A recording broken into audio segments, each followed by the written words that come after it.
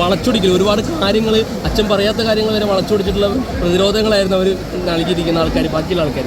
അപ്പോൾ ശരിക്കും ഇതിന് നിങ്ങൾക്ക് മാനസികമായിട്ട് ഒരുപാട് പ്രശ്നങ്ങൾ ഉണ്ടായിട്ടുണ്ടായിരുന്നു. അതിനൊക്കെയാണ് എങ്ങനെയാണ് ചേട്ടൻ്റെ ആയിരുന്നാലും അച്ഛനെ ആരെങ്കിലും എന്തെങ്കിലും പറഞ്ഞാൽ ചേട്ടൻ്റെ വിഷമം തോന്നുമല്ലോ. പക്ഷേ നമ്മൾ എല്ലാവരും എന്താണ് പറയുക, ആൾക്കാർക്ക് പറയാനുള്ളത് പറയാം. അച്ഛനെന്തെങ്കിലും ചെയ്തിട്ടുണ്ടെങ്കിൽ നമ്മൾ മനസ്സിലെടുക്കേണ്ട ആവശ്യമുണ്ട്.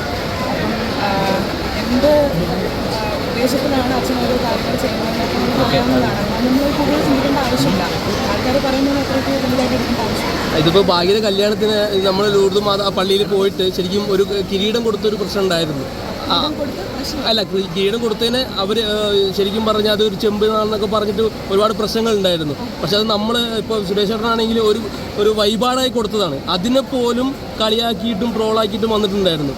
അതിനൊക്കെ ശരിക്കും നിങ്ങൾക്ക് മാനസികമായിട്ട് ഒരു പ്രശ്നം ഇല്ലേ? ഇങ്ങനെ അതാണ് ഞാൻ പറഞ്ഞത്. ആൾക്കാർ പലതും പറയും, നല്ലത് ചെയ്താലും ആൾക്കാർ അതിലൊന്നും കുറ്റം കണ്ടുപിടിക്കും. കാര്യമില്ല. അച്ഛൻ്റെ പണി നോക്കി പോവുകയാണ്. അച്ഛൻ നാട്ടുകാർക്ക് വേണ്ടി എത്രയൊക്കെ ചെയ്യാൻ പറ്റും അത്രയും ചെയ്യുന്നുണ്ട്. എത്ര വിമർശനം വന്നാലും ആൾക്കാരെ കളിയാക്കിയാലും ട്രോൾ ചെയ്താലും അച്ഛൻ്റെ വർക്ക് മുന്നിൽ നിർത്തി, അച്ഛൻ്റെ കുടുംബത്തെ മുന്നിൽ നിർത്തി, അച്ഛൻ്റെ ആൾക്കാരെ മുന്നിൽ നിർത്തി തന്നെയാണ്, അച്ഛൻ്റെ നാട്ടുകാരെ മുന്നിൽ നിർത്തി തന്നെയാണ് അച്ഛൻ പ്രവർത്തിക്കുന്നത്. അങ്ങനെ തന്നെ പോവുകയും ചെയ്യും. ആൾക്കാർ എന്തൊക്കെ വിമർശനം പറഞ്ഞാലും അച്ഛൻ്റെ പണി ചെയ്യും. ഇതിപ്പോൾ ശരിക്കും പറഞ്ഞാൽ തൃശ്ശൂർ മാത്രമല്ല കേരളത്തിന് മൊത്തം കാര്യങ്ങൾ ചെയ്യുന്നതാണ് അച്ഛനും നേരത്തെയും പറഞ്ഞിരിക്കുന്നത്. ഞാൻ ജയിച്ചാൽ തൃശ്ശൂർ മാത്രമല്ല കേരളത്തിന് മൊത്തം ഒരു ഗുണം ഉണ്ടാവും. അപ്പോൾ ആ ഗുണം ഉണ്ടാവും. ഇപ്പോൾ പ്രധാനമന്ത്രി കാണാൻ പോയില്ലേ അച്ഛൻ?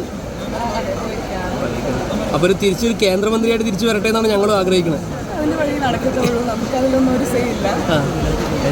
ആഗ്രഹം ഉണ്ടല്ലോ കേന്ദ്രമന്ത്രി ആയി കാണാൻ. ഓക്കെ ശരി.